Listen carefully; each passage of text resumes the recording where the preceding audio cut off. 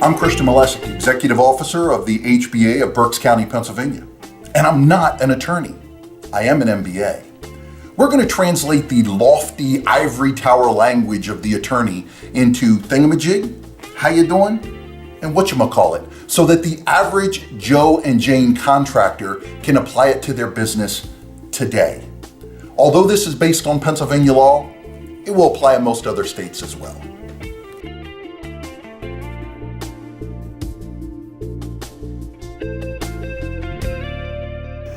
Every time when we're thinking about legal issues and contracts, the question you have to ask yourself, and I know some of us want to stay clear, I'm not the sue type, I don't like to get lawyers involved, can't we just do it on a handshake? Can't we look eyeball to eyeball, belly to belly, grip and grin, let's do it like men, let's do it like ladies, let's do this the old-fashioned way. Well, you might think that, but the rest of the world doesn't.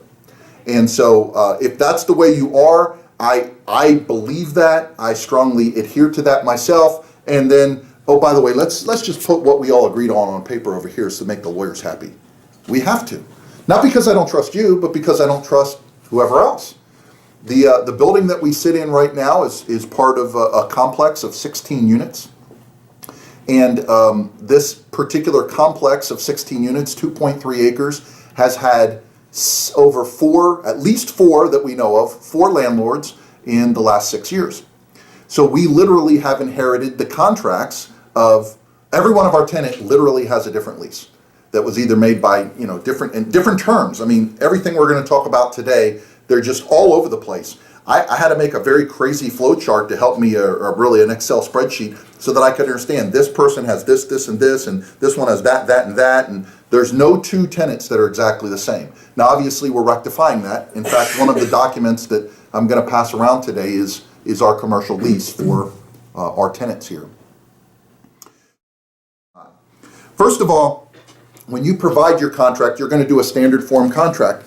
Here is the Home Builders Association standard form contract for leasing the premises that we have 16 suites, as I said earlier. So here is a 18-page contract that's been thoroughly vetted. I think it's probably the best commercial lease agreement I've ever seen. As a member, if you would like one, you certainly can have it electronically and make it yours. Obviously, run it by your own attorney, but it's been run by numerous attorneys. We've combined numerous leases that were, the greatest work from a lot of great minds into one. 18 pages long.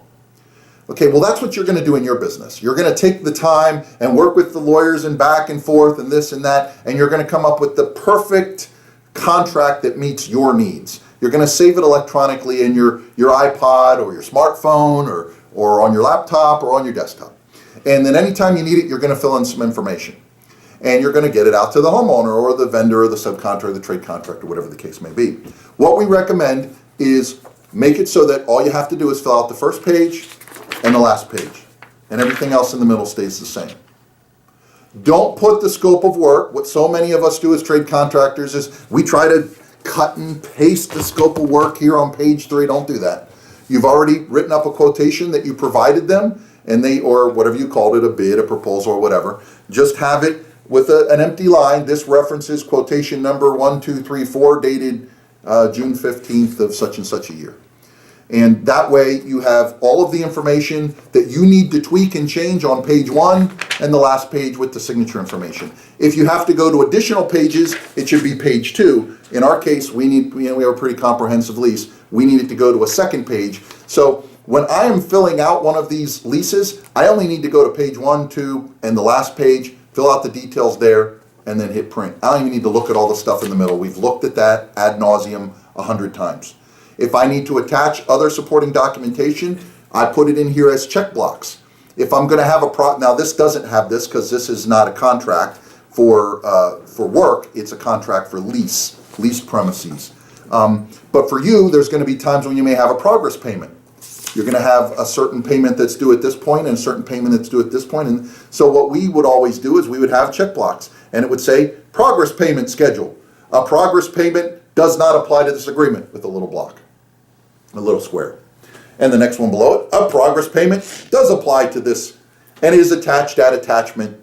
And we check off that, the appropriate block, and we put attachment A, B, C, D, E. And we attach it to the back of the document, and there we have our contract.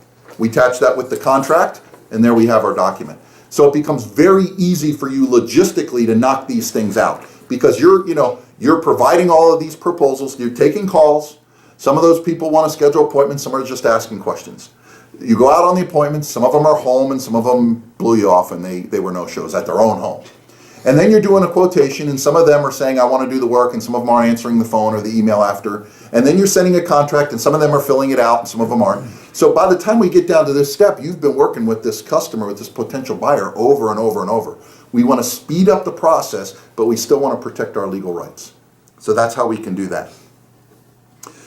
Do we have to initial every page? No, but it does certainly eliminate any question marks later. So this is something that the realtors do. Now they have to do it by law. So when we're trying to buy property or sell property, it has to be done. It's easy enough to do. You put buyer's initial, seller's initial. In this case, it says HBA initials, tenant initials. It could certainly say, owner initials, ABC contractor initials, whatever the case may want to be. You don't have to do that, but by doing that, then they can't go in a court at a later date. I never saw page 4. I didn't know it said that. Your lawyer goes, are these your initials, Mr. and Mrs. Jones? Yeah, well, I didn't read it. You got them. Right? In that case, the law's on your favor. They initialed it. You got them. Especially if you do something like at the top. Big bold letters at the top. This is a legal document in big capital letters, bold, 13-point font. Do not sign this lease agreement until you have read it carefully. If you have legal questions, you are advised to consult an attorney. Now, why do you need to say that? Isn't that like saying the coffee at McDonald's is hot and you put it on the side of the cup? Why do you have to say that? Because some lawyer somewhere didn't say it, and some other lawyer somewhere said, well, it didn't say they should consult an attorney, so how did they know? They're a dumb American. What do they know? Well, you signed it. Didn't you read what that says? It's in bold, all capital letters. 14-point font at the top. Some of it's silly. We're talking about the legal system. So you gotta take common sense and set that over there. That doesn't apply. Let's talk about the legal system. If you want to talk about common sense, that's a different conversation. So we got to do the things so that they protect us. That's what this is all about. We already kind of talked about including plans, specifications, samples, color choices, quotations. All of that kind of stuff can be an attachment. Attachment 1, 2, 3, 4, attachment A, B, C, D, whatever you want to do in your contract. Actually set it up so that you have a standard contract. You're never changing your contract. You're just filling in the drop-in boxes, and you say a color choice page is applied or is attached at attachment. A progress payment is attached. Specifications are attached. Plans are attached. You want to definitely have them initial and or sign and date every single one of those pages. Certainly if you're doing plans, mock-ups, that should be signed and dated. So that we all know, well, you picked the color choice, you saw the swatch. If it's something that can be signed, sometimes you can actually sign a piece of countertop or something like that, and you just put that in a box somewhere. If you can do that, do it, if you can get enough of them. If you can't, then at least, a piece of paper that says, I choose the color gray granite, or whatever the name may be, Mexican tan, or anything below the signature line doesn't apply. So if you put a note below the signature line, oh yeah, what we wanted to do, for example, the apartment that I currently live in as I'm buying my house, my landlord wrote on the bottom, no smoking in apartment. Now I'm not a smoker, but legally I can smoke all I want because he put it below the signature lines. Doesn't apply. It's like an afterthought. It's kind of like putting it on a sticky. Doesn't mean anything. So anything below the signature line doesn't apply. So if you're sitting down to do a contract signing and they go, well, how about this? Either write it above the signature line or get another piece of paper and say, you might, if you think that that's going to happen a lot, right above the signature line, put a couple of blank lines, in which case you could say the additional note is attached, or if it's not used, you actually line it out and you put not used so that people can't write in later and say, well, it says right here. Well, my initials aren't there. Well, this is the copy I have, and they're scamming you on the back end because we have those kind of people out there. We do want to have both parties of the contract sign if we're talking about a husband and wife. If we're talking about a partnership, we want to have more than one partner unless we have a managing partner, a general partner, If it's a corporation, it is okay to have the CEO or the president or an officer of the company sign. You don't need to have numerous people sign. You also do want to have a personal guarantee if you can. I'm going to send this around for you to look at.